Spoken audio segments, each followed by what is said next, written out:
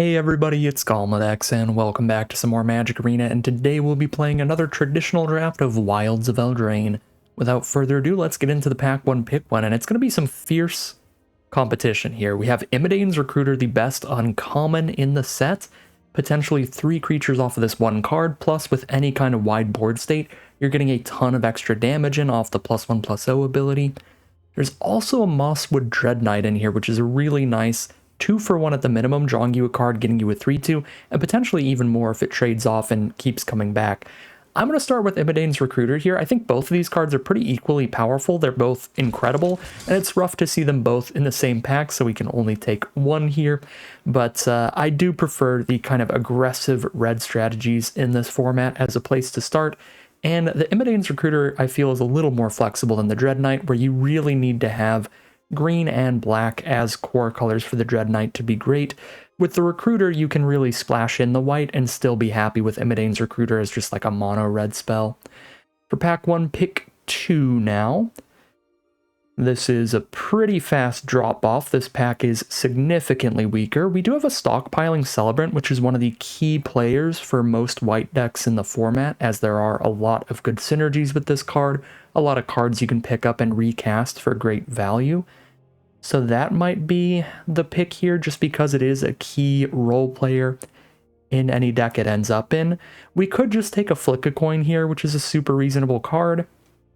Clears out a 1 toughness creature or finishes off a bigger blocker and draws you a card, gets a treasure. But I don't tend to want to take that super early. I mean, I don't want to take Stockpiling Celebrant this early either, but the pack's just not that powerful. For pack 1, pick 3, we can definitely take a Witchstalker Frenzy, an incredibly efficient removal spell. 4 mana for an instant to deal 5 to a creature is already good, and it gets much better when either player is attacking with a few creatures, so we'll definitely take the Frenzy. Not a huge fan of Glass Casket. The reason I didn't mention it at all last pack is that it's a little bit narrow, only exiling small creatures, and more importantly, there is a good amount of main deckable artifact and enchantment removal in the format, so Glass Casket and Bring to Light, the kind of removal spells that sit on the board and they can save their creature from, are a little weaker because there are a decent amount of ways to interact with these and get their creature back, so not a super big fan of Glass Casket. Definitely prefer the Witchstalker Frenzy style removal, so we'll take that. But Grand Ballgast is also pretty awesome, just not as awesome as a premium removal spell. And now we can go ahead and take that Grand Ballgast. 2 mana for a 2/2, but if you have 2 non-land permanents enter the battlefield during your turn, then you can give it +1/+1 and trample. And that is going to get you a lot of damage off of just a 2 mana card. If you trigger Celebration every turn, turning this thing into just a 2 mana 3/3 trample permanently is nuts. So as close as you can get to that, you can make this just a really powerful card. So we'll take that here. The other cards in the pack are still pretty strong. I like the Royal Treatment a lot in green as a way to protect stuff, but we've got a really nice start in red, and definitely speculating on white as our second color the most between Celebrant and Recruiter. So I don't think that Royal Treatment's like so powerful I want to hop off of red for it over Grand Ballgast.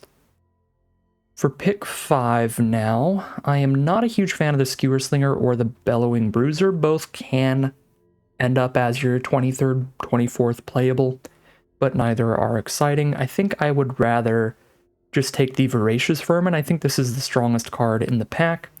It is one of these nice celebration enablers where you're getting 2 permanents on the board off of 1 spell. It's also a bargain enabler by giving you a token you can sacrifice to make your bargain spells better. I think the Vermin's just a very solid card, so speculate towards black there. Pick 6 is a very easy red cap thief. Sticks to red, gives us a celebration and bargain enabler as well as a mana fixer. This treasure token can randomly help us cast our Trained Troops adventure on our Imidane's Recruiter. So we'll definitely take Red Cap Thief here. I do like Gnawing Crescendo when you have a lot of rat token production and a very high creature count in general, so that you will frequently get into very wide board states to get a large buff from this card. But it is the kind of card, because of how narrow it is, because you don't want this until you've already played a whole ton of creatures, that it's the kind of card I only really want 1 copy of in my decks, so I don't tend to take it very highly, especially when I don't have many rats yet.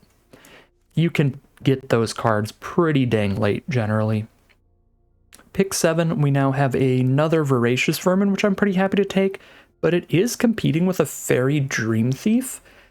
I think in red-black, I'm a little more interested in the Vermin because Celebration is such a powerful mechanic for our Grand Ball Guests if we pick up any more copies of that. But Dream Thief is really good value for only that 1 mana, so it's kind of a hard choice. You know what, I'll actually go for the Dream Thief here. There are less like premium 1 mana cards than there are 3 mana cards. Like if you look at our deck, we already have 3 mana spells, even if we end up in black-red specifically, but 0 1 mana cards. So for like curve purposes, we'll take the Dream Thief. Again, I think Dream Thief and Vermin both very, very good cards. And this pack has nothing, so I'll just rare draft an uncommon for Vault Progress.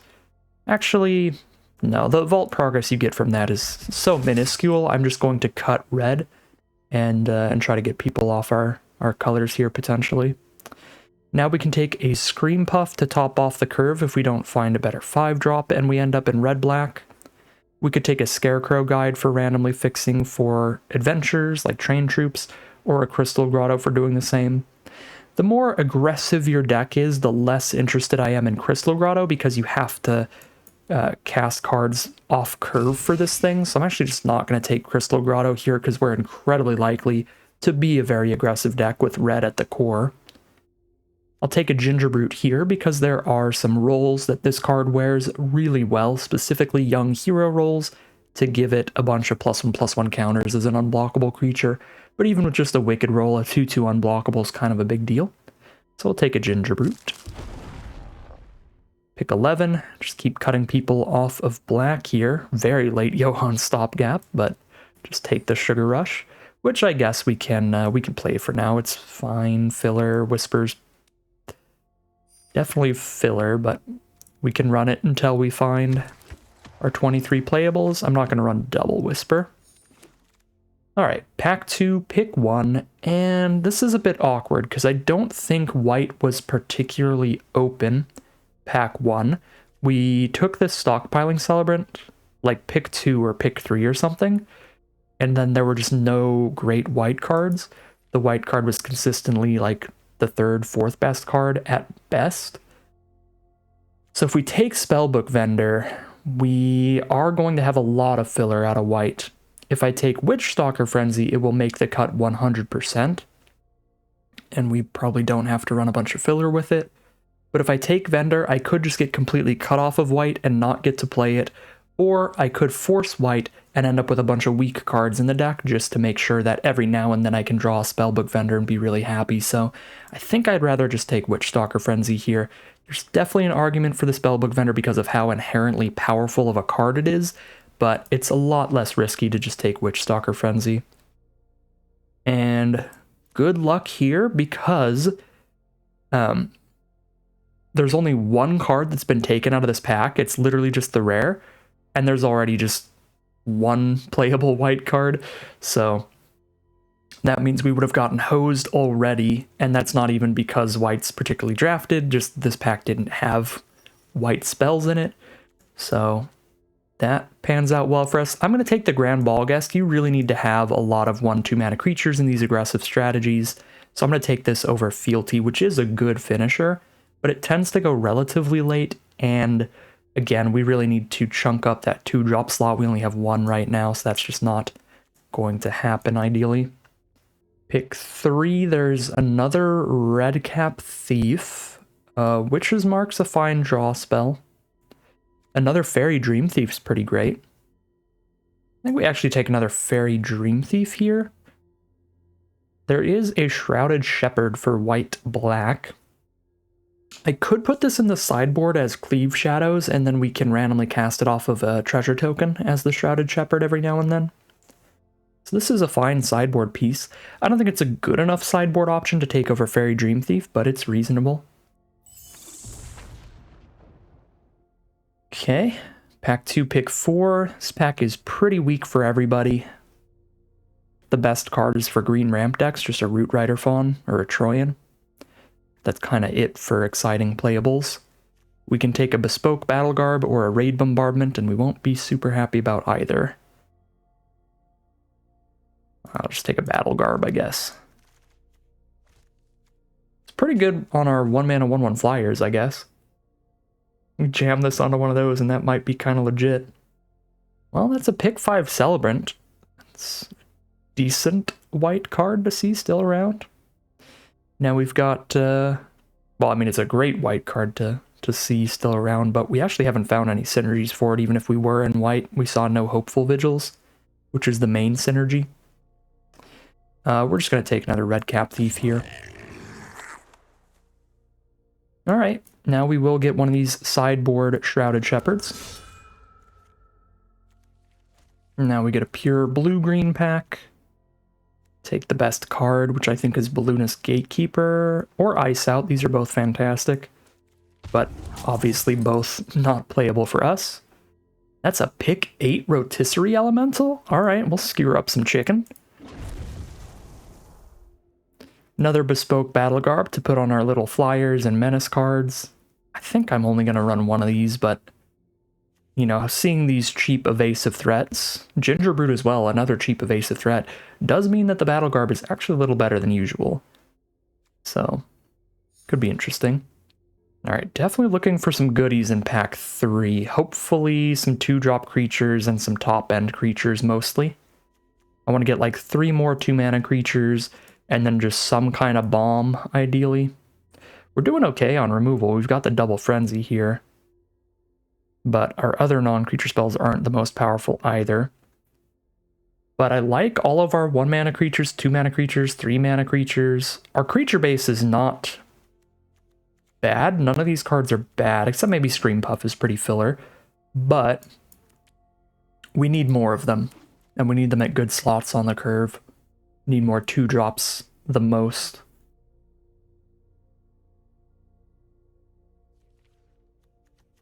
I guess I can end up running a Skewer Slinger. Not going to be happy about it, but I can do it.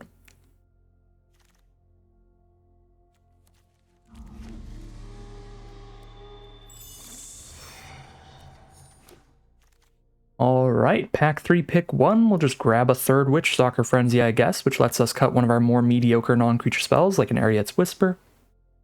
Seems fine. Spear Guard would be fine here. Imidane does not work consistently enough to really matter. She's basically a 4-mana 4/4. But technically, if she wheels, we'll have 3 Witchstalker Frenzy that would trigger her, which is cute, but still kind of inconsistent. So I'm going to take the Witchstalker Frenzy. We definitely don't take Imidane over the Frenzy, hoping to get the Frenzy back, because then we have an Imidane with 2 cards that trigger her, so she's a 4-mana 4/4 the vast majority of the time. Just not great. Alright, let's drop the Whisper here.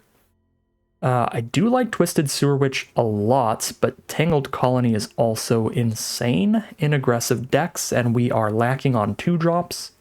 A 2-mana 3/2, it can't block, but if you're planning on just constantly attacking with it anyway, this jams in for a lot of damage, and whenever it trades off, you get a bunch of rats to get a wide board state. So we'll take the Tangled Colony. Unfortunate to see all the stuff clumped up here, because Cut-In and Twisted Sewer Witch would also be incredible options for this deck. Grabby Giant would be great too, Stab Wound would be solid. This is a really, really good pack, and I highly doubt any of these other cards are going to come back to us. Pack 3, pick 3, we get a Callous Sellsword here, which is fine. Can throw one of our creatures at our opponent's face and then drop a little 2-mana 3/3, I guess. Also just take the Flick a Coin, but I think I need 2-drop creatures enough to grab the Sellsword just as a 2-mana 2/2 at worst. The thing that's kind of nice about this is if we manage to trade something off on attacks, then we can just drop it as a 2-mana 3/3 post-combat. We don't have to use the burn together. So we'll take the Sellsword here. And I think, again, we're not that good at getting a wide board state. We have 2 rat producers, 1 vermin and 1 colony. So non-crescendo doesn't actually look great here, but we could play a copy. I'm not excited about fairy fencing. I guess I have 2 fairies. That's still a little inconsistent. And without a fairy on board, this is pretty inefficient. Could take a Hopeless Nightmare, very solid 1-mana card, but we don't have any like bargain for it anyway. But just shoot our opponent in the face, make them discard a card is fine. I'll take the Hopeless Nightmare. Now I will happily take a Grabby Giant, although Shatter the Oath would not be bad either. Happier to take the Giant, fill out this curve well. And now we have 24 cards, so we play 16 lands, and we just cut a card every time we draft something at this point. So now we take the Shatter the Oath this time around and cut one of these Sugar Rushes. It's the creature to non-creature count looking like 15 creatures, 9 non-creatures. So ideally we get some creatures and cut some non-creatures for them. In the last few picks, another Shatter the Oath. Catapult's not going to work in this deck. I don't think I'm actually playing either of these, but I'll put a Shatter the Oath in the sideboard.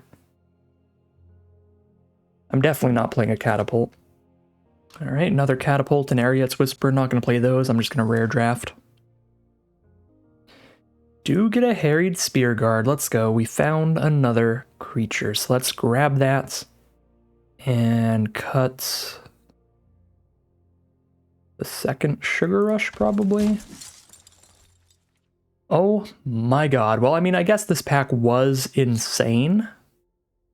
But yeah, we got Red Cap Thief, Grabby Giant, and Cut-In back. I'm going to take the Cut-In. I think we have great cards to put Young Hero rolls on between Dream Thieves, Ginger Brutes, even like a Tangled Colony or one of these 2-mana dorks would be good to put a Young Hero roll onto. So Cut-In is fantastic. We got the Gnawing Crescendo to come back as well. I don't actually think that makes the cut, though. Again, because we don't have a lot of cards that actually make our board state wide in terms of the creatures. Got a lot of cheap little evasive creatures, though, so I actually think this is a deck that prefers Battle Garb to Crescendo, which is a very, very rare deck, but I think this is the one. So this is going to be a quick, easy deck build here, because we're definitely cutting to 16 lands. And then Frenzies we can treat as like 3 mana or less, generally.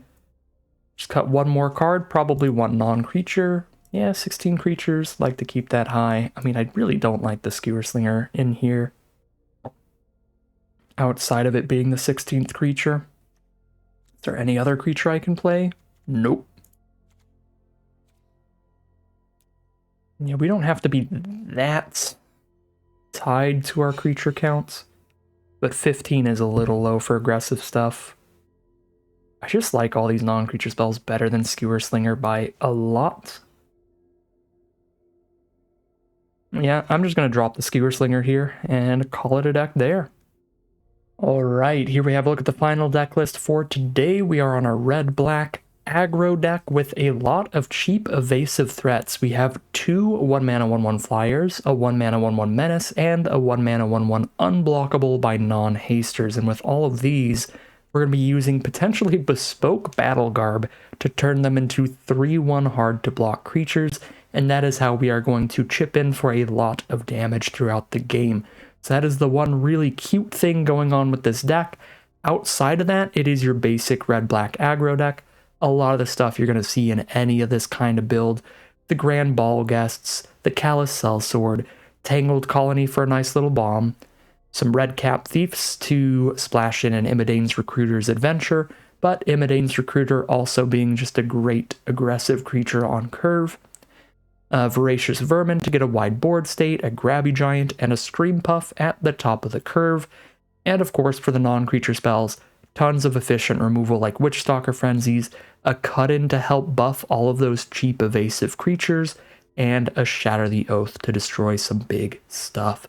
So, pretty cute deck today with the Battle Garb shenanigans going on, but other than that, some basic red-black aggro stuff. We'll see how it all plays out for us as we head into the gameplay.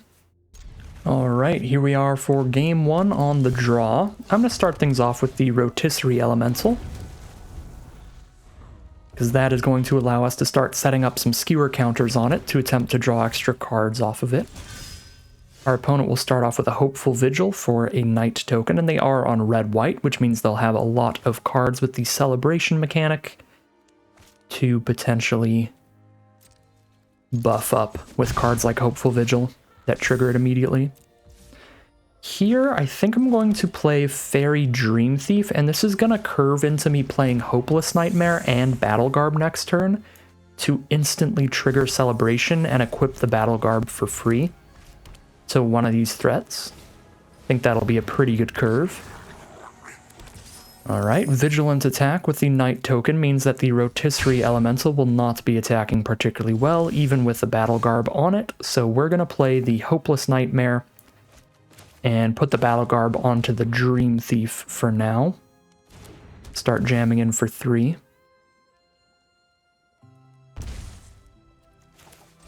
But I suppose, worst case scenario, we can get our Battle Garb onto the Elemental so it trades up into a 2-3.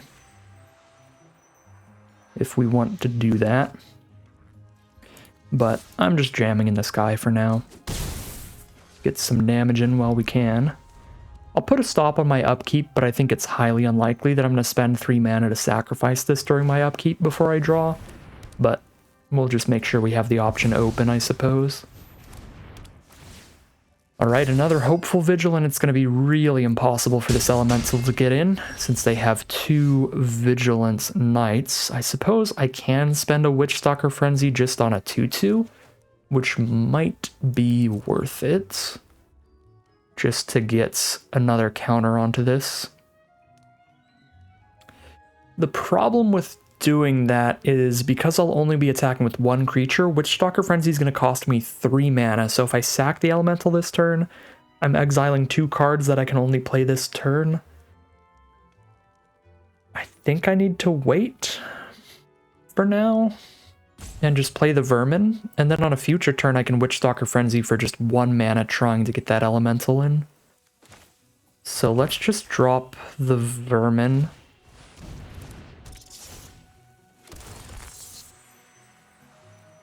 Where do I put the Battle Garb? Definitely not on the Rat right now, because it can't block. The 2-1's already big enough to block these. I guess I just put it on an Elemental, so I'm threatening better blocks. But I don't think I'm trying to trade the Elemental off. I'm running out of cards here. I would love to cash this thing in. Put another stop on my upkeep, so I have the option of sacking before I draw. They are just gonna pass turn. Interesting. I guess I just draw my card, I put my Battle Garb on the Rat, and just send in with a 3-1 Rat here. Seems pretty legit to me. Awkward to draw the Grabby Giant here, since I need 2 mana to move my equipment to the Rat. I could make a Treasure and the Giant so I can move the Battle Garb for free, but then I don't get to keep my Treasure token if I draw into an Imidane's Recruiter. I think that's fine. It's 1 out of my 27 cards. And if I don't draw Imidane's Recruiter this game, it's definitely better to just get the Giant down right now and equip the Rat immediately. So I think that's what I'm doing here. I think I'm going for the free equip. Being mana efficient.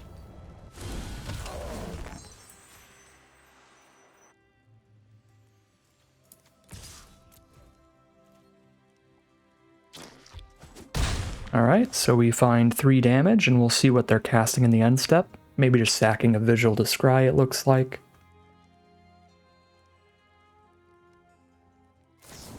Nope, they are going to sack a Vigil to bargain and get their Scry for free while using a Stone Splitter Bolt to kill my Grabby Giant. So there goes my card draw engine, which is pretty rough, because Grabby Giant was going to be an excellent way to make sure we're not flooding out here. Alright, send in a 4-4 and a couple 2-2s. I've got this Witchstalker Frenzy to kill the 4-4 next turn. I don't really want to trade a 3-2 into a 2-2 when it's going to be 3 toughness at some point relatively easily. I Guess I can take 8. I don't love it, but I can take it. Well, I was trying to put a stop on my turn. I clicked there. Didn't look like it, though. Ooh, cut in. Ooh, cut in. Okay, so now I can cut in and still have Witchstalker Frenzy up if 3 creatures are attacking. So I can go cut in, put a young hero roll onto the elemental.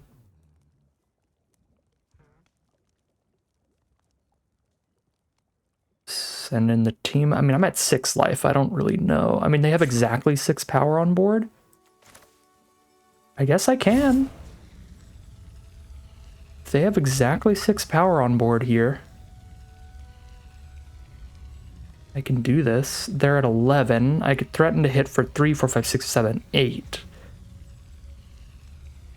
So I guess I could cut in the Bruiser, attack with everybody, and then if they just don't block at all, trying to kill me on the crackback, I just surprise Witchstalker Frenzy to win. It's dependent on what they top deck here, which is a bit of an issue because they can scry 2 as well, but then they need to hit something for 2 mana or less that affects their combat.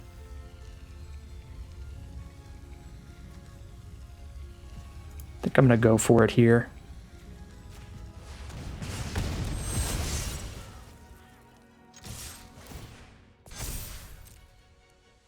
And then they might just take this all. If they don't just take this all, then we're definitely safe on the crackback. Okay, they're not going to just take it all. In which case, what do I want to frenzy here? Do I want to just clear their board? Both boards are clear, but I still have a rat. Or do I want to frenzy the red cap thief and they have 1 knight left and I have a 4/2 vermin left? Or sorry, a 4/3 vermin. I think it's better to have a 4/3 vermin left behind, while they have a 2/2 knight left behind, than it is for us both to not have any of those creatures. I think 4/3 and a 3/1 rat versus 1/2/2 is better than just a 3/1 rat against nothing. Okay, I will make sure I get that stop in my upkeep. They do scry 1 to the top here. We'll see what their 2 mana draw is. It is not a 2 mana draw unless it's an instant here.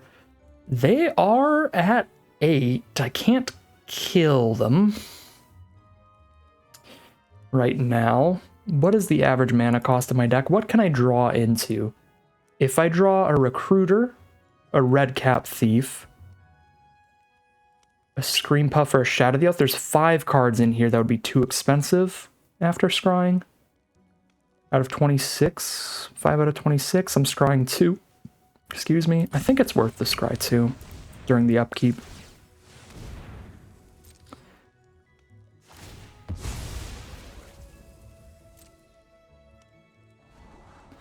Well,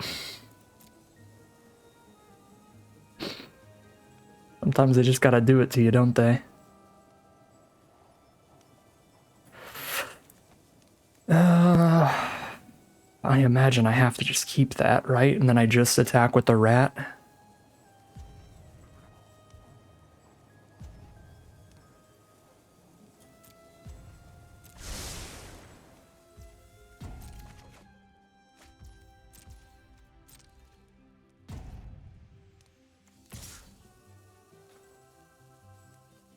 For life, I'm dead to their own battle garb or something like that.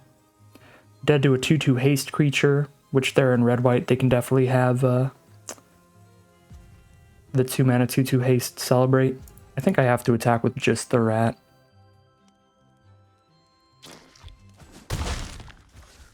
And cross my fingers, passing the turn.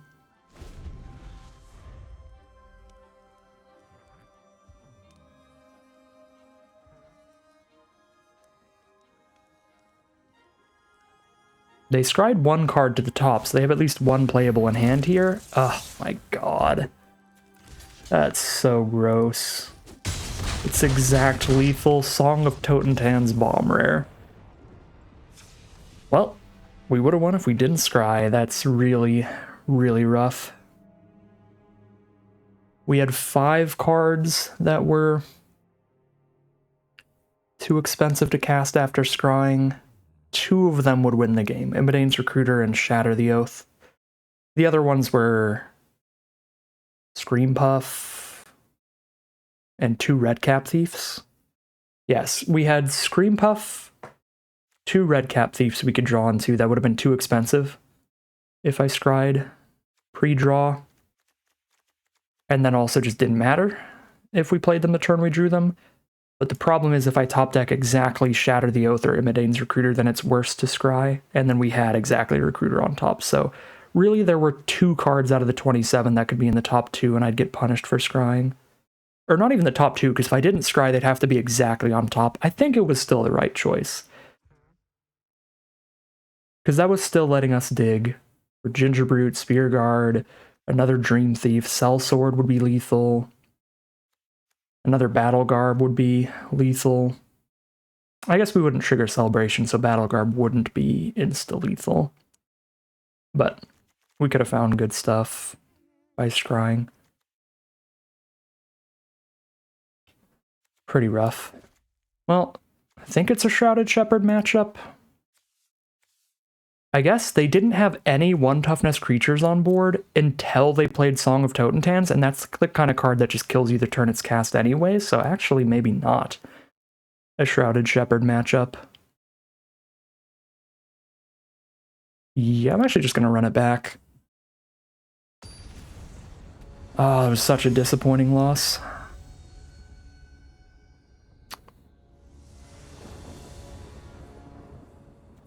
Definitely on the play. This hand is great.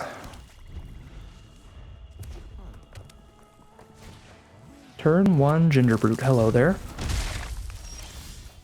There's our Gingerbrute. Turn 2 late. Fashionably late. That's why we love them. Alright, just get Gingerbrute damage in. My Tangled Colony already can't block, so I will soak up your mana for free, I guess. It's cool with me. Here's our Gingerbrute. And ours is a 3-1. Haste. Whee! And they're down to 14. They jam in for 1. Drop their land for turn and drop a Stockpiling Celebrant just as a 3-2. They do pick up the Gingerbrute though to get some scry going. Alright. I do not mind that. Okay, we did not draw land, which means I've got perfect mana to make the Gingerbrute unblockable. Drop a Grand Ballgest here. I was gonna say I'd be incredibly excited and surprised if they decided to trade into the colony there, because we'd get 3 1/1s off that trade, which would be very bad for our opponent. So now here's a Merry Bards, which doesn't really matter because they need to be blocking. Okay, opponent chooses death, I guess. And they attack with Celebrant.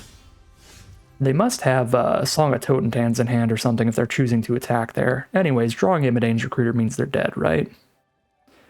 So they block a 4-power creature, but then they take 4, 5, 6, 7, 8, 9, 10. Yeah. Cool.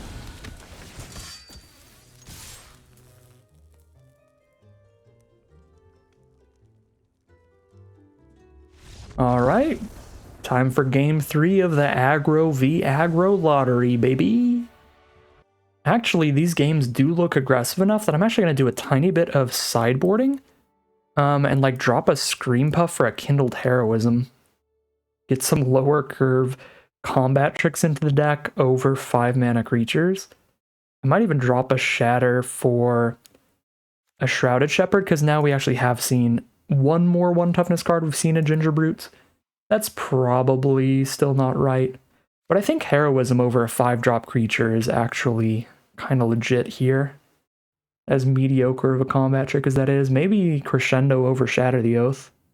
We just keep attacking past each other. Because, like, are we going to make it to 5 mana? We certainly did game 1, but game 2, absolutely not. Someone was dying before 5 mana. Yeah, I'll throw in a Crescendo over that. We're going to go real low curve here. Maybe even drop a land at that point. Go to 15. All right. Oops. I need 40 cards. So the question is, what do I put over the 16th land if I do that? A Sugar Rush? That's actually kind of expensive for what it does. 2 mana to not impact the board with another creature in any way. Could take the Skewer Slinger, I guess, which is actually kind of an annoying blocker for their deck to get through, so sure. It blocks 2/2s all day long is why it's annoying. It's a 2 mana creature that basically blocks as a 2/3. And they're going to be on the play here, so I actually think Skewer Slinger is reasonable in this match. Alright, if we top deck a land, which the Fairy Dream Thief can help dig for with its Surveil ability, then we are set here. Because I get to go Dream Thief, Surveil. I think I need to Dream Thief before Gingerbrute, which is a little bit awkward. Because I need to make sure I'm finding that land not badly enough to keep Witch's Mark, because I'm definitely playing Tangled Colony next turn. And the curve I'm trying to do is Dream Thief, Tangled Colony, turn 3, Gingerbrute, Battle Garb in the same turn. Okay. Jam in for 1. Drop the Colony. Just gonna trade into a 2/2 and give me 2 1/1 rats, which is super fine.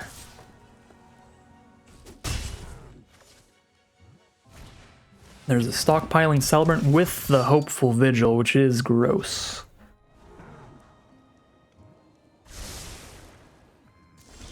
Okay, we did not find land 3, so here I think we actually play the Grand Ballguest, most likely, because it can trade into any of their attackers on blocks next turn. And if it's still around by our next attack, we're still trying to go for that 3rd land celebration. So I think Ballguest looks pretty great here.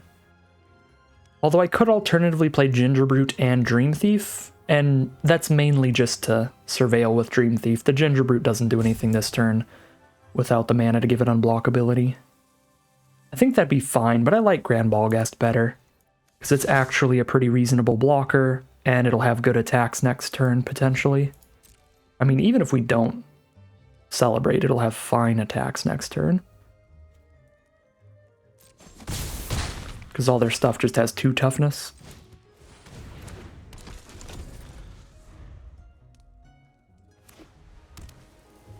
Fourth mana now for our opponent. There's the Hopeful Vigil.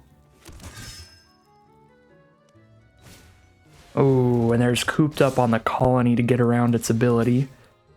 Alright, so we trade the Guest up into the 3/2, and we have to play a grindy game now on the defensive, I think. Yeah. I think we're trying to, because we have more cards than them just by virtue of not drawing lands here. We have more non-land spells than them, so we try to use these over time to take over the game. So Grabby Giant into Imidane's Recruiter is probably the win condition now. We're trying to get the treasure to train troops once we start hitting lands.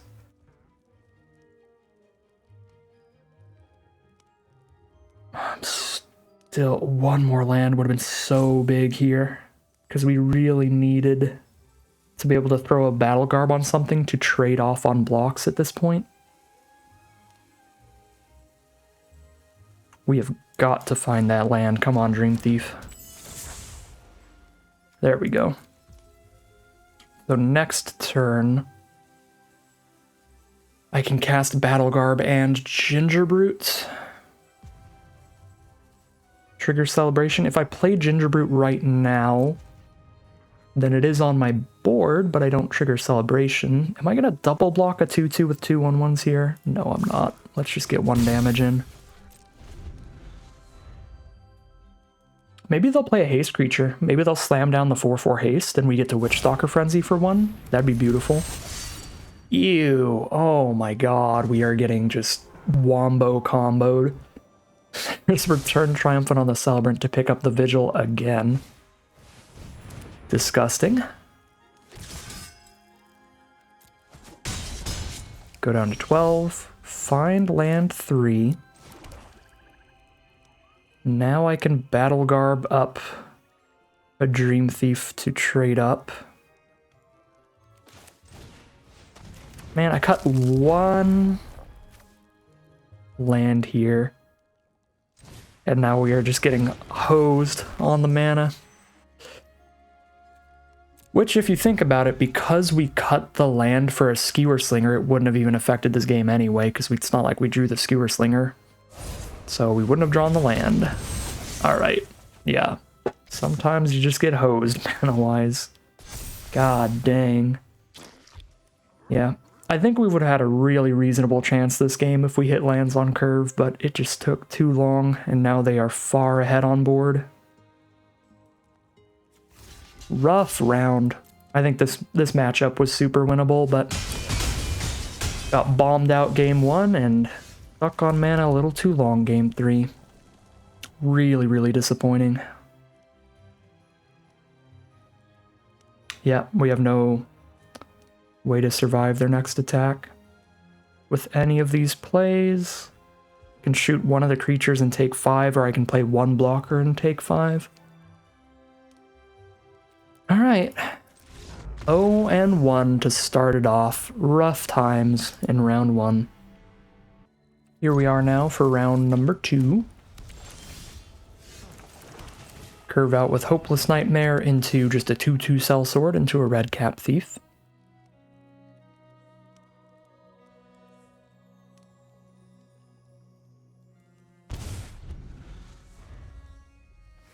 Our opponent is on blue-white this time around. Definitely a more defensive color pair.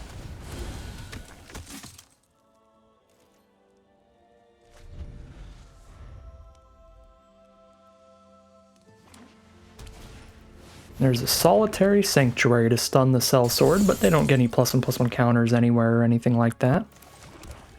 Let's drop the Red Cap Thief. I could drop Gingerbrute in the same turn at the cost of the treasure. I don't think I want to do that. With the Grabby Giant in hand to start sacking these treasures to draw cards. So I can Witchstalker Frenzy the Reindeer for 2 mana. I can do it for 1 mana if I play Gingerbrute this turn, but then I don't have anything to do with my 2 mana anyway. But I guess I might as well hit them for 1 more damage, right? Because the other option is attack with both, do this for 2 mana, and then I have 1 mana left, which doesn't do anything. Yeah, we play the Gingerbrute, and then we Frenzy for 1.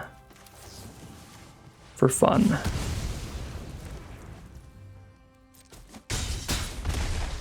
Might, again, have been worth it to crack the treasure for the Spear Guard, but I'm going to be a little greedy here. I feel like their deck is probably going to be decent at grinding out a long game, so having our own card draw engine by sacking all these treasures to the Grabby Giant does feel pretty legit.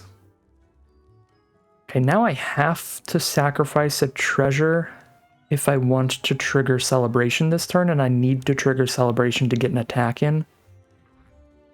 So I think we are going to do that. Let's go Spear Guard,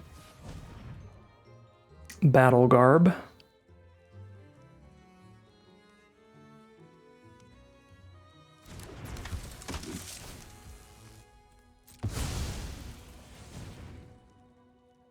They've got 1 white mana up. What could they possibly be holding for here? What is this set? WOE, Wilds of Eldraine. Archon's Glory for +2/+2. Break the spell to destroy an enchantment. So if they have Archon's Glory for +2/+2, we need to put Battle Garb on Gingerbrute and just send in. I don't think it's horrible, though, to put Battle Garb on Sellsword and trade the Sellsword into their +2/+2 trick to get it out of the way.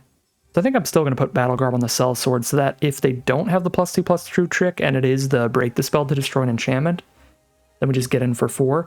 And even if it is the +2/+2 trick, we get them to spend it without getting lifelink off of it because they're not going to sack this Solitary Sanctuary to it right now.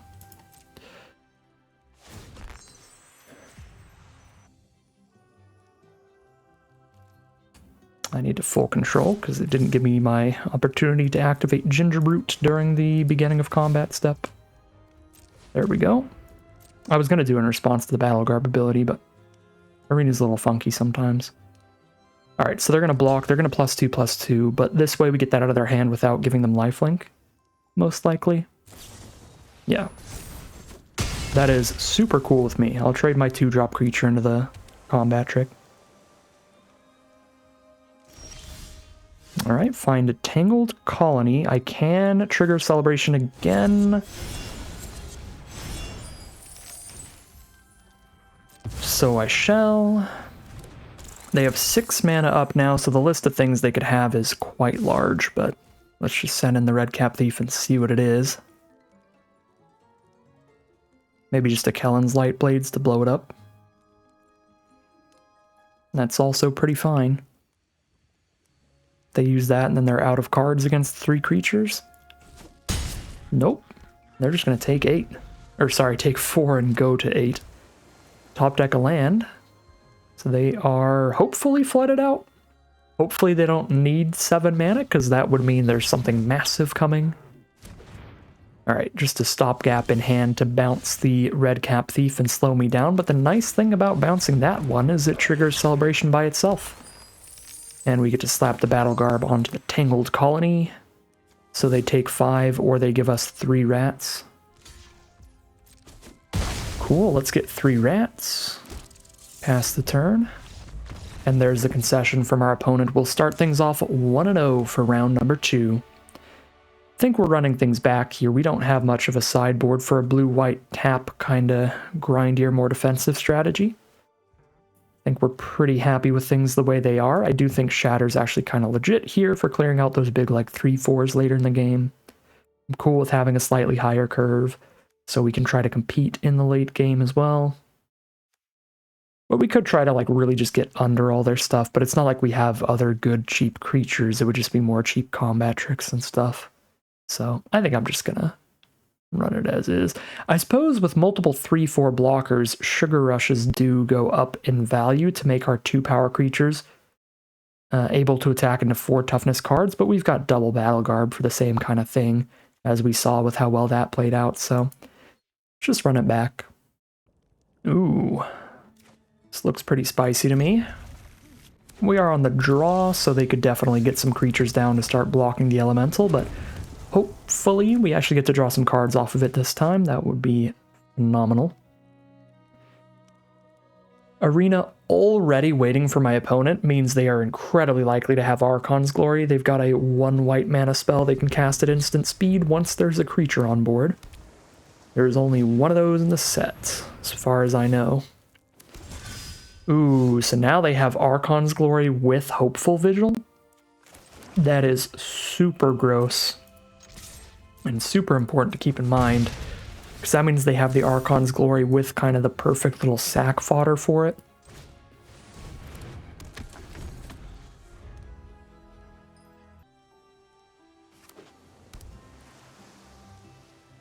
So there's the 3rd mana for our opponent.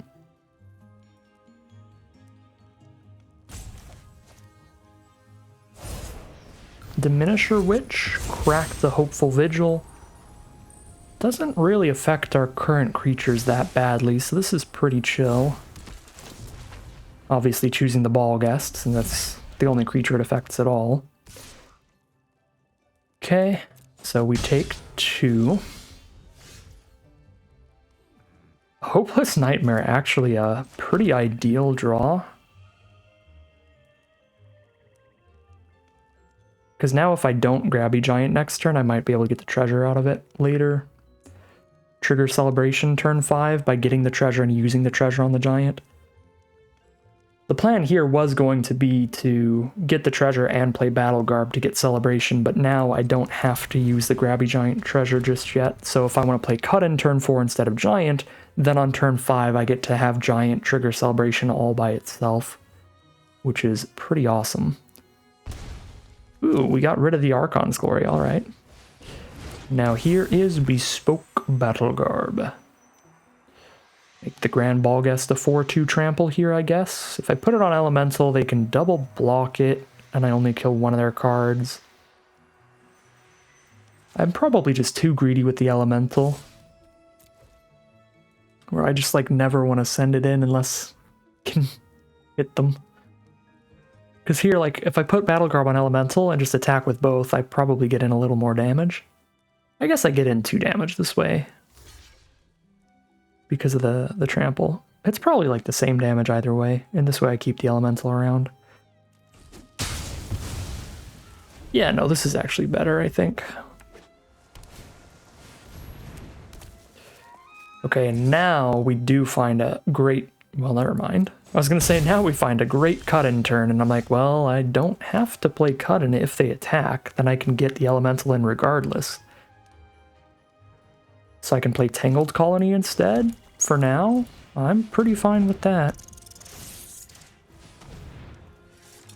Oh, I'm so dumb. I should have... Oh, I forgot about the adventure from the Grabby Giant. That would have been my second permanent. I didn't have to use my 2 mana on Battle Garb. I could have used 2 mana to make a treasure and put the Battle Garb on for free and just have the treasure sitting around for later. That definitely would have been better. That was dumb of me. Alright, another Rhyme for Reindeer. Hopefully they attack with 1 creature or 2. Either way works, and then I just cut in and get jamming. They crack back for 6. We win that race. We win that race.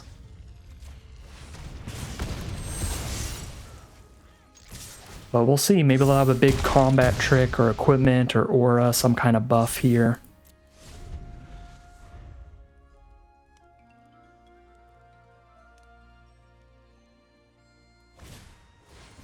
Hopeful Vigil for another blocker.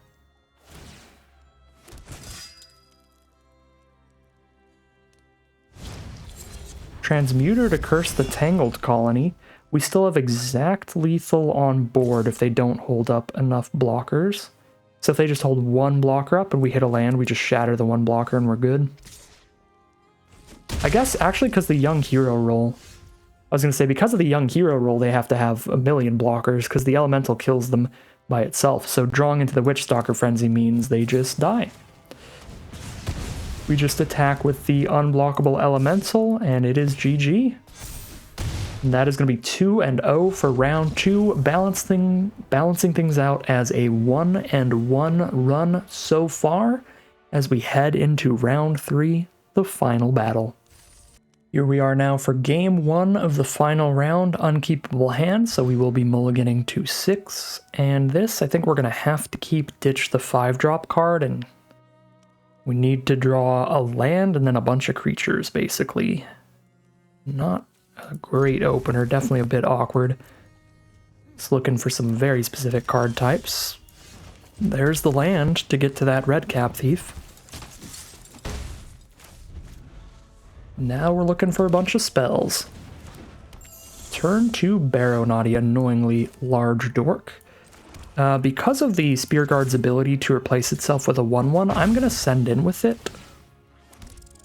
Because if they do kill it, then our Sellsword is a 3/3, which is big enough to attack into the Barrow Naughty. But there's the stab wound for the Sellsword, which is obnoxious.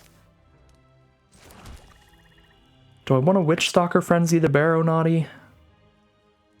Not particularly. I think I just send in a Sellsword and play a Redcap Thief here.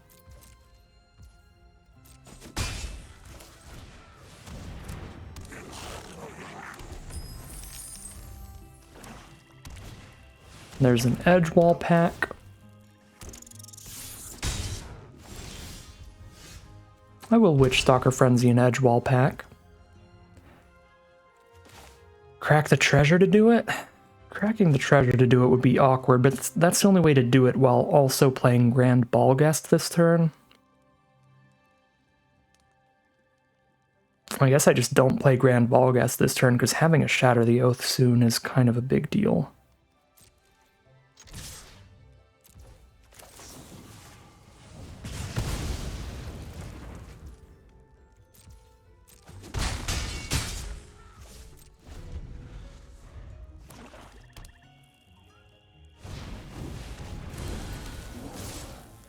Well, I guess we're cracking the treasure. No way am I taking all that. Sorry, Shatter the Oath. Fairy Dream Thief, not a bad draw. but basically anything in my deck I'll keep on top here. Yeah, Battle Garb is reasonable. Lands are reasonable. Are lands good enough to get rid of a Battle Garb? Pretty wide board state to buff things up? I don't think so. I guess if I find the lands, I can Shatter the Oath the Stab Wound specifically, so I don't just die to that. Maybe I should be all in on lands. Taking 4 a turn, and I'm dealing 1, 2, 3, 4, 5 a turn, maybe. They still have 2 cards left to change this clock. I think I need to try to find a Shatter mana. I mean, I guess I can just hold a Sellsword back and trade a 1/1 off. Oh my god. Redcap Gutter Dweller is one of the biggest bombs in the formats. And I'm a mana off from trading into it right now, so it's going to be at least a 4-for-1. They get this, 2 rats, and draw a card next turn. I guess a 3-for-1 because they have to sack one of the rats, but still insane.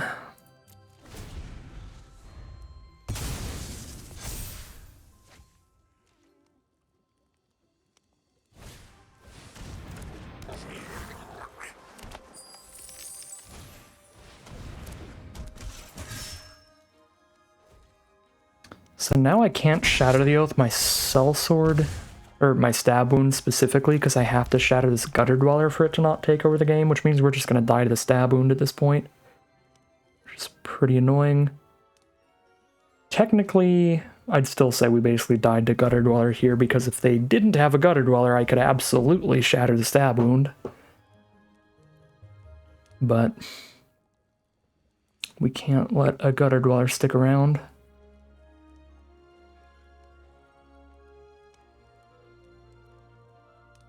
No good attacks here. I'm gonna die to Stab Wound in 3 turns maximum.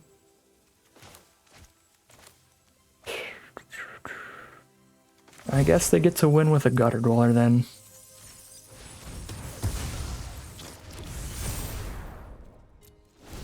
Our plays at this point aren't leading to... Oh my god, they drew Crescendo off Gutter Dweller now. Our plays at this point aren't us finding a way to crawl back in, it's us choosing how we want to die, basically. Do I want to die to a Stab Wound or a Gutter Dweller? Is the option I get stuck with there.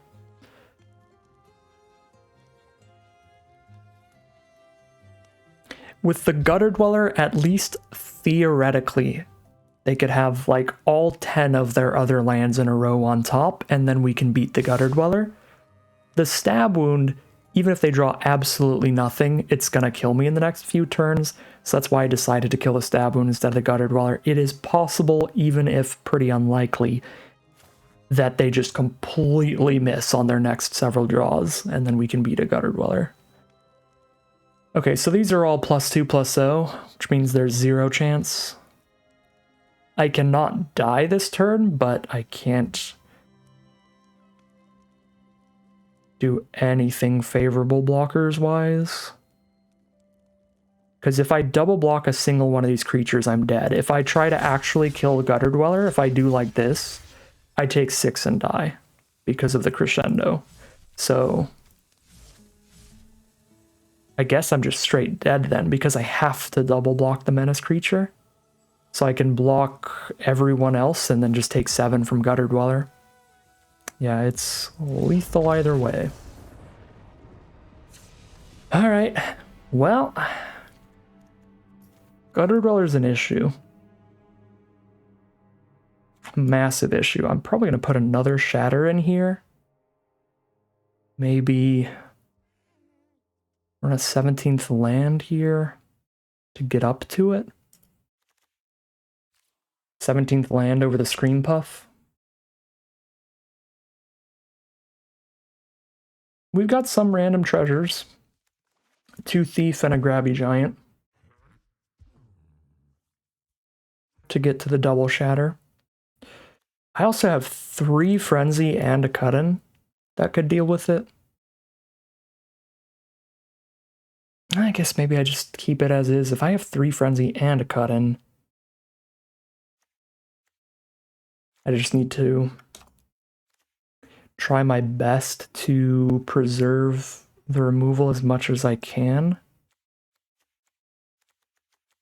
I think because of their stab wound there, I couldn't have really preserved the removal. Maybe if we had just held our 1/1 up on chumps the whole game, we might have gotten some more action going, but realistically, we just end up with a little bit more life by the time I have to probably shatter our stab wounded creature. I don't think we could really change that one. Alright, let's run it back for game 2. Okay. Here we are on the play for game number 2. Get to start things off with a Grand Ball guest. We have an Imidane's Recruiter we might be able to train troops with, because we have the treasure from Grabby Giant. Impact Tremors, turn 2. Let's count up the damage and see if it is a burn spell that's worth it here. We are back at it again, not drawing lands. Again, it is like partially self-inflicted, but it's 1 land difference, and the card I'd be cutting for land would be a Scream Puff, which we haven't drawn, so even the 17 land version of this deck would not have a 3rd land yet.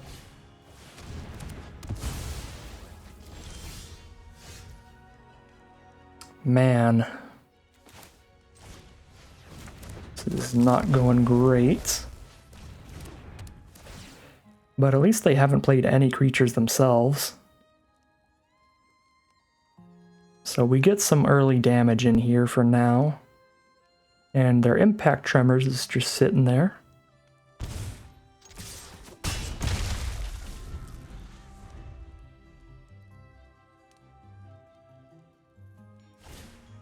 Another Stab Wound. Okay. There we go. First land draw of the game. You love to see it. This is a little greedy, but I'm going to get the treasure, and if we hit a 4th land, we get to train troops next turn. Oh, come on. I guess with the treasure, we can cut in the Gutter Dweller. So Impact Tremors has been 2 mana for 3 damage to face because they had Redcap Gutter Dweller, which is 3 creatures in 1. Which is more showing how powerful Gutter Dweller is than showing Impact Tremors doing work. Witch Stalker Frenzy. So now I can kill the Gutter Dweller without spending my treasure?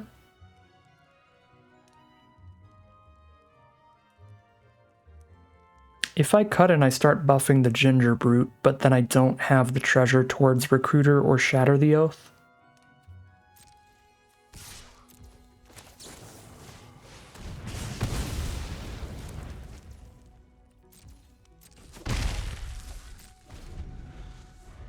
The Tremors is actually going to stack up into being worth it for the mana cost this game, since they had it on turn 2 and had the 1/3 creatures off 1 card spell. So yep, 2 mana 5 damage Impact Tremors has done.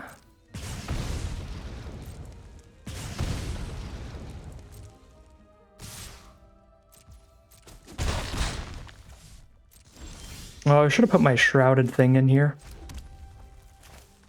So we can train troops or just cut in the Edgewall pack. I think I just cut in the Edgewall pack.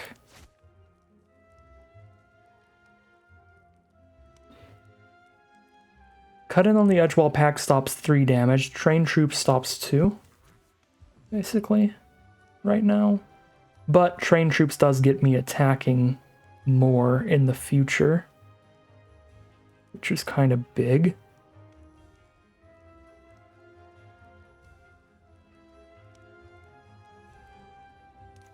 Yeah, maybe I do actually train the troops here.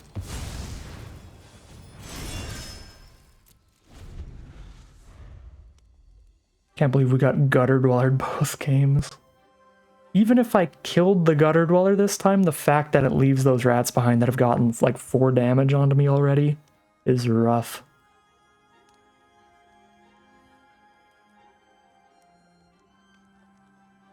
One of the best things your big threats can do is leave something behind even if they get killed, so that you're like 2-for-1ing your opponent if they spend a removal spell on the threat. And that is part of what makes Gutter Dweller so powerful.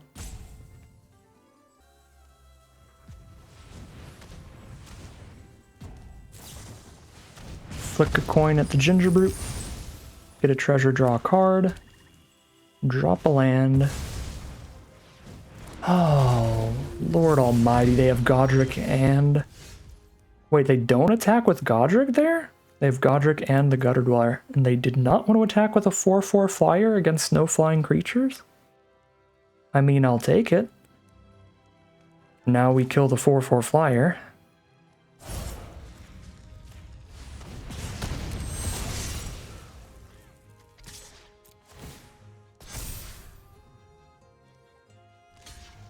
Trade a 3/3 Vigilance into their 3/3 Menace. Okay.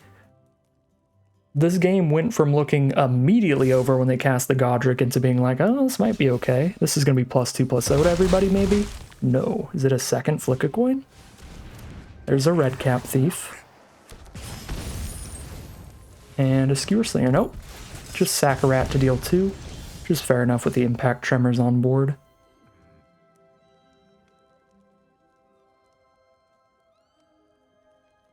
Witch's Mark, my 2/2 into a 3/3 is sort of okay.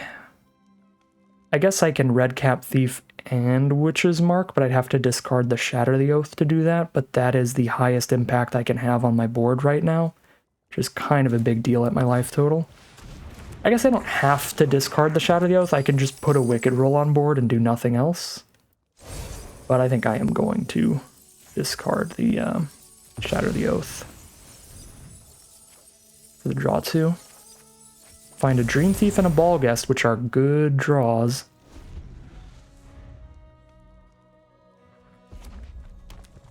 Ooh, they might be out of gas here. Just work our way up into Recruiter, finishing our opponent off. Let's go... Redcap Thief and Dream Thief. Then I have a treasure left behind for doing stuff next turn. Find a Witch Stalker Frenzy. Oh my god, that's big.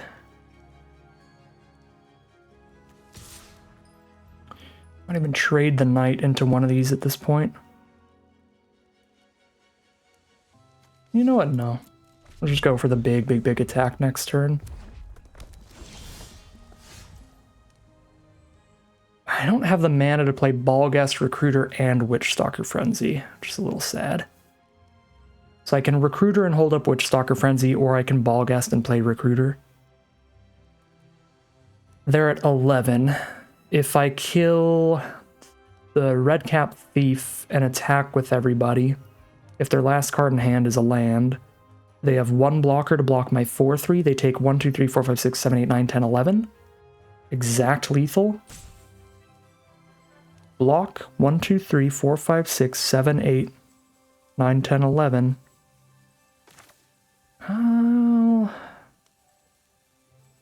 I'll go for the exactsies here.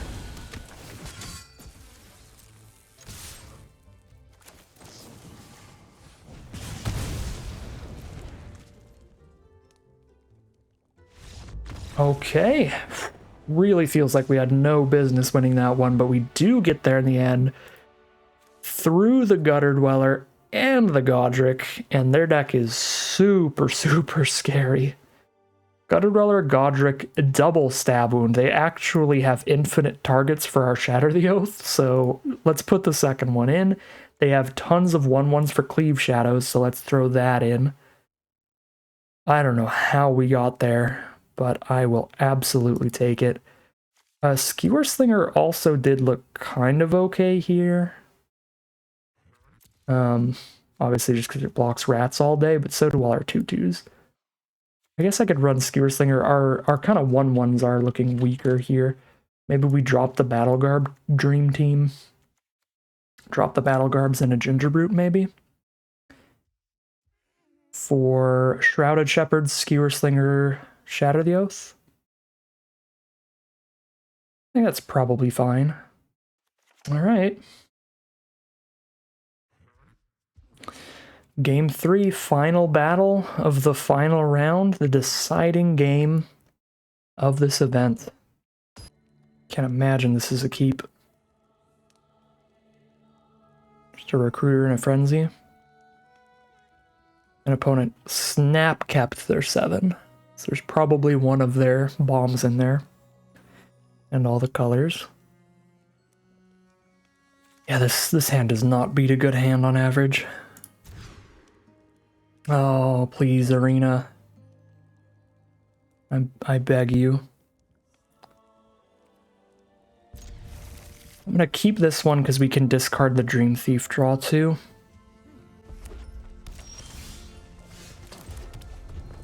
And Molta 5 is gonna be very, very far behind. Turn 2 Tremors. Pretty chill with that.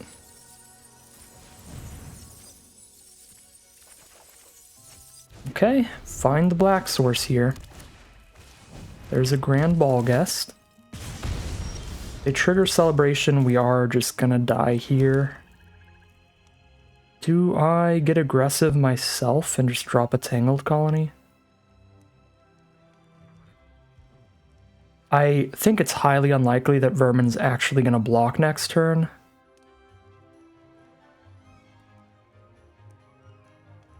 So I actually think that's probably okay. Tangled Colony, Spear Guard, pass.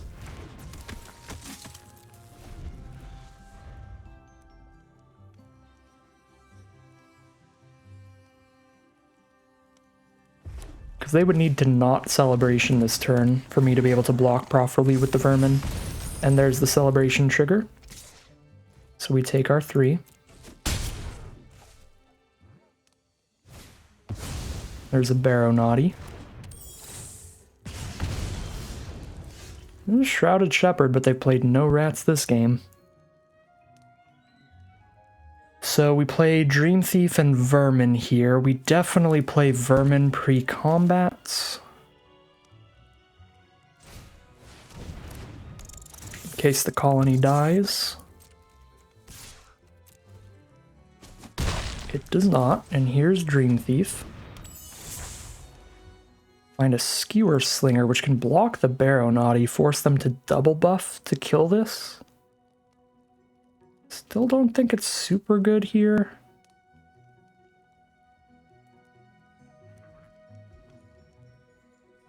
I actually think I'm still surveilling that into the grave. Maybe we can find a Red Cap Thief or a Grabby Giant for a treasure for our Shrouded Shepherd. Or just anything other than Skewer Slinger. I think most cards in our deck are more impactful than Slinger, most non-lands. At this point, we have Cut In, 3 Witchstalker Frenzy, 2 Shatter the Oath, Scream Puff, Grabby Giant, 2 Red Cap Thief, Imidane's Recruiter. That's a pretty long list of cards that are more impactful than Skewer Slinger. Cell Sword counts too. I'd say that's more impactful. Grand Ball Guests are pretty equal. Alright, so what's up here? They're just attacking with everybody? We're at 14 and they have an Impact Tremors on board.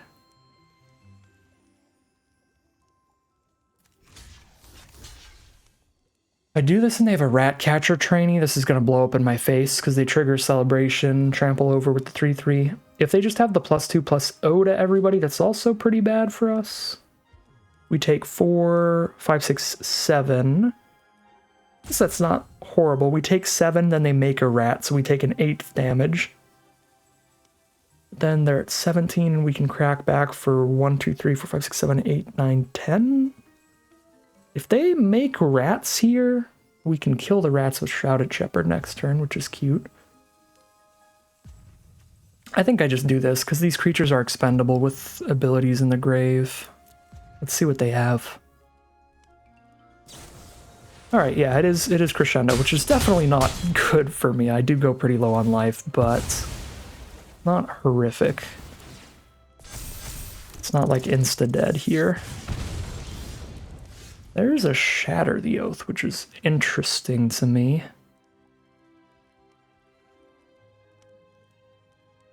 There are a lot of ways that I can die if I don't hold up a blocker. So do I shatter the Baronati and just attack with all my non-blockers here? Maybe so. I guess I could shatter the Impact Tremors, which is cute. But with no way to block the flyer, I think this is more consistently threatening damage. It threatens 2 every turn no matter what. Impact Tremors threatens 2 if they have 2 creatures in hand or like an Edgewall pack.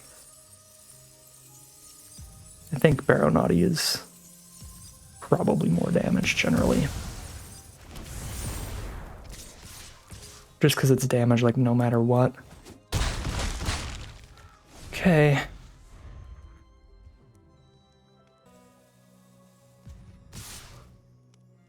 Opponent sends in the team. I can't afford to let it in with an Impact Tremors on their board. It's another Crescendo. I'm very happy to have Shrouded Shepherd in hand, but there are a lot of cards that can kill me with that Impact Tremors on board now. Just need anything that makes 2 creatures now.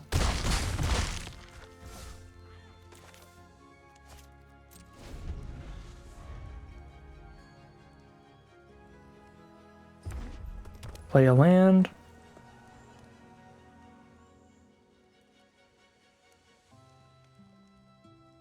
If they're flooded out, we do win. But if they're flooded out, it would be auto-passing by now.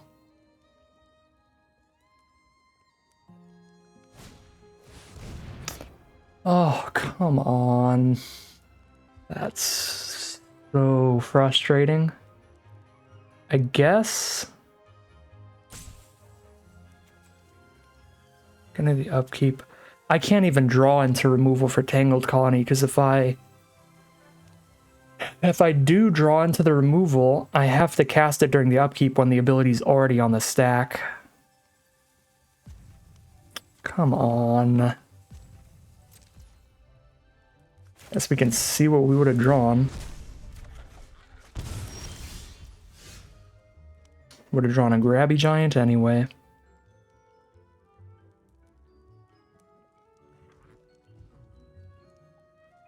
Man. Big bummer way to end it. Our opponent's deck had some massive, massive bomb power that just destroyed us game 1. We fought through it and won game 2, but turn 2 Impact Tremors again. High variance card, but when it's in the opening hand, it's pretty disgusting. And they got it in the opener twice in a row there. Rough.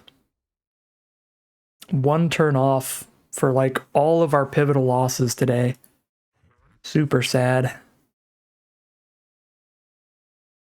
1 and 2 it is. Rough run. This deck, I think on average, probably does a 2-in-1 run.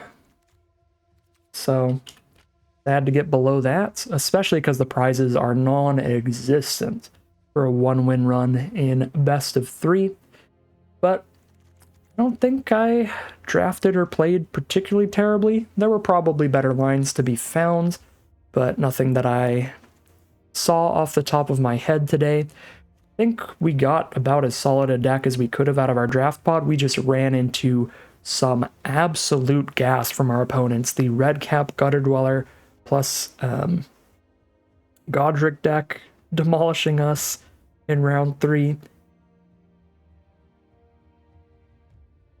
And round 1, our pivotal loss being to the big Song of Totentans off the top.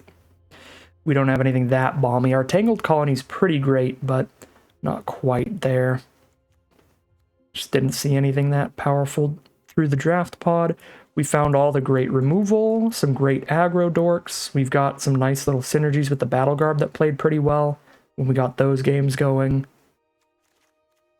I think we had a solid deck idea. Solid deck for what we saw in our draft pod. It just got outclassed a bit in deck power level in those games, and it's going to knock us down to 1 and 2 in today's event. But that is going to end today's video. As always, I'd like to thank my patrons and YouTube members for their support, as well as you for watching the video. If you enjoyed this video and you're interested in seeing more like it, you can always like, comment, and subscribe to tell the YouTube algorithm to send you some more in your recommended feed. If you'd like to catch me live, you can check out the Twitch channel in the link in the description below, where I'm live every Wednesday. And if you'd like to support the channel directly, you can check out the Patreon link in the description below. But other than that, as always, thank you very much for watching, and I'll see you again soon for some more Magic Arena.